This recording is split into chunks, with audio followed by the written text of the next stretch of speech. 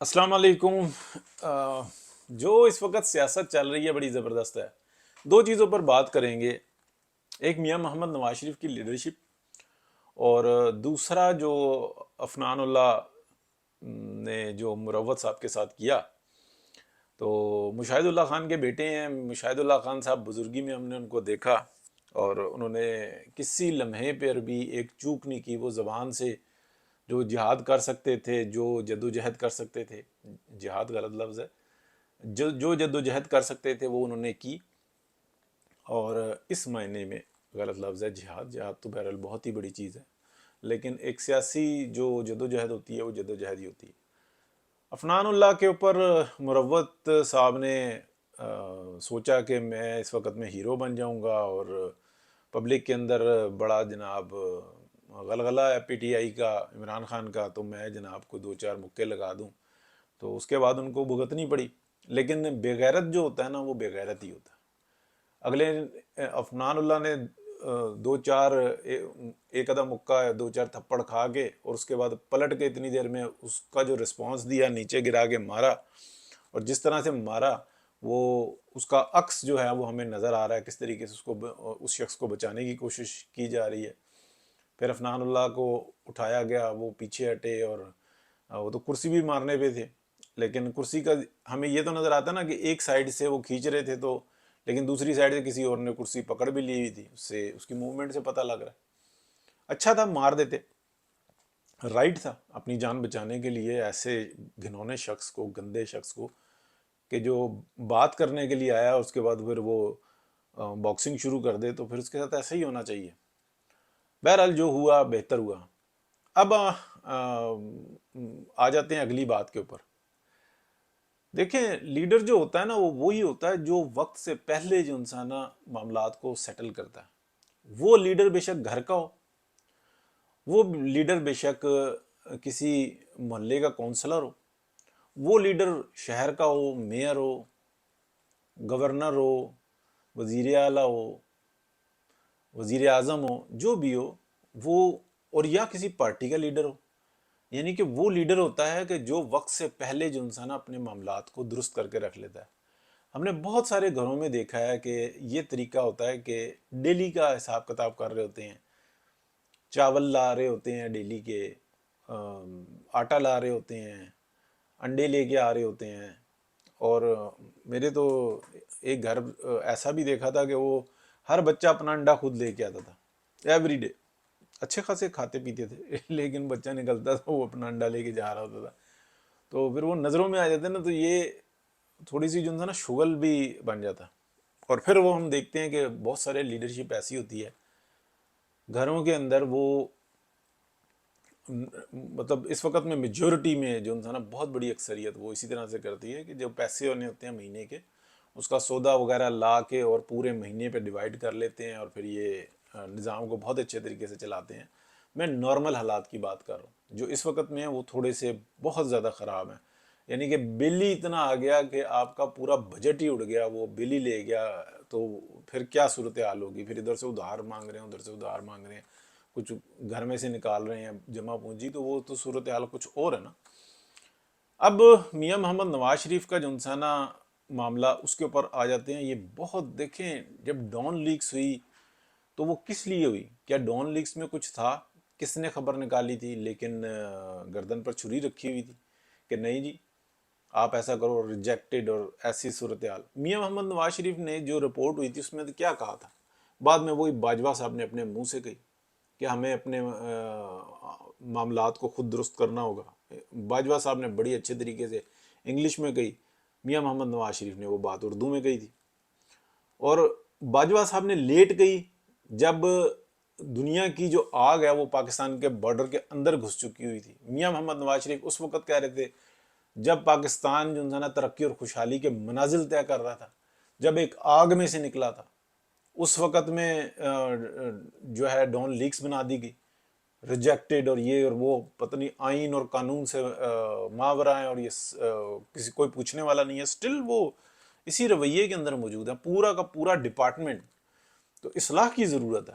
اگر میرا بھائی خراب ہو جائے یا میں خراب ہو جاؤں تو میرے بھائیوں کی یا میری ذمہ داری ہے کہ میں اس معاملے کو درست کروں اور اس کا علاج ہونا چاہیے، اس کو سمجھانا چاہیے.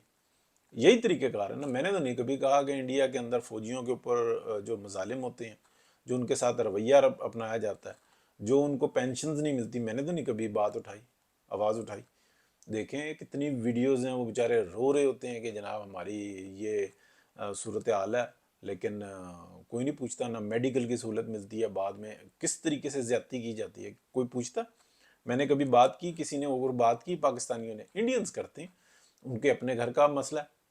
ہم اپنے معاملات کے اوپر بات کرتے ہیں، اپنے ڈپارٹمنٹس پہ بات کرتے ہیں، ہر چیز پہ بات کرتے ہیں کہ اس کو ٹھیک کرو، اصلاح ہونی چاہیے. اب میاں نواز شریف نے یہ جو باتیں کہی تھی نا 1990 سے لے کے معاشی پالیسی دی اور یہ کہا تھا کہ اپنا گھر صاف کرو اور آگے بڑھو اور دنیا کو سمجھو. ایک تو پاکستان کے اندر یہ صورتحال ہے کہ ایک طرف وہ لوگ جو پاکستان کو چھوڑ کر بھاگ رہے ہیں، یعنی کہ حالات اتنے خراب ہوئے کہ ہر بندہ یہ کہہ رہا ہے کسی طریقے سے جو انسان کو راستہ ملے، یورپ نکل جائیں، امریکہ نکل جائیں، آسٹریلیا نکل جائیں. اور پڑھا لکھا دماغ جو ہے نا وہ سب راستہ ڈھونڈ رہے ہیں. سب سے مراد یہ ہے کہ آپ کہہ لیں اکثریت 80-90% لوگ کہہ رہے ہیں کہ یار ایک دفعہ موقع تو ملے، چلے جائیں. جو 2-4-5% جن کے پاس ویزاز وغیرہ کا کوئی ایشو نہیں ہوتا وہ ایک علیحدہ ہے. ان میں سے بھی کافی تعداد جو ہے نا وہ سیٹل ہو رہی ہے، لیکن جب وہ سیٹل ہوتی ہے نا کسی جگہ پہ تو وہ تو خود ویلکم کر رہے ہوتے ہیں کہ آپ جیسے لوگ آئیں تو بہتر ہے. کیونکہ وہ جو آ جا رہے ہوتے ہیں لوگ، ان کے پاس سرمایہ ہوتا ہے، ان کے پاس اسکل ہوتی ہے، ان کے پاس کچھ نہ کچھ ایسا چکر ہوتا ہے. تو جو میاں نواز شریف ہے نا اس وقت میں جو بات کر رہے ہیں، اب آپ اس کو سمجھیں.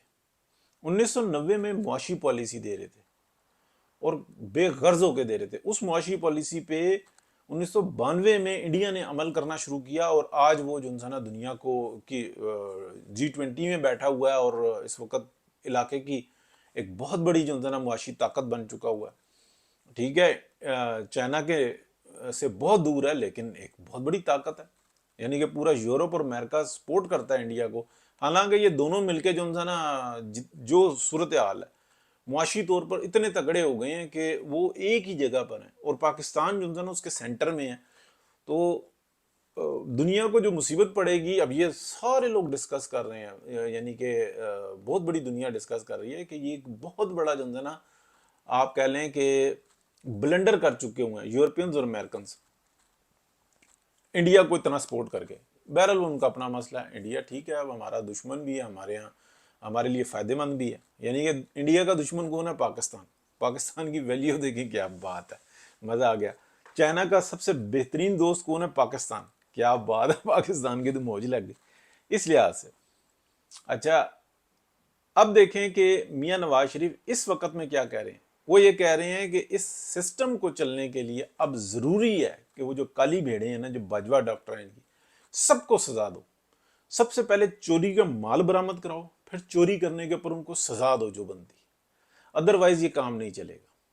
یہ بات بہت چھوٹی سی ہے، بہت مختصر سی ہے. اگر باجوہ ڈاکٹرین کو ساتھ میں بٹھا کے باجوہ کو اور تصویریں کھنچوائیں گے اور این کے لگا کے وہ کبھی پیرس اور کبھی لنڈن میں گھوم رہے ہوں گے اور کہیں گے کہ نہیں، یہ تو سوال کا جواب دیں گے ہی نہیں کہ میں نے بطور آرمی چیف جو میرا فرض تھا وہ تو میں نے پورا نہیں کیا، میں نے اس ملک کو آگ لگا دی.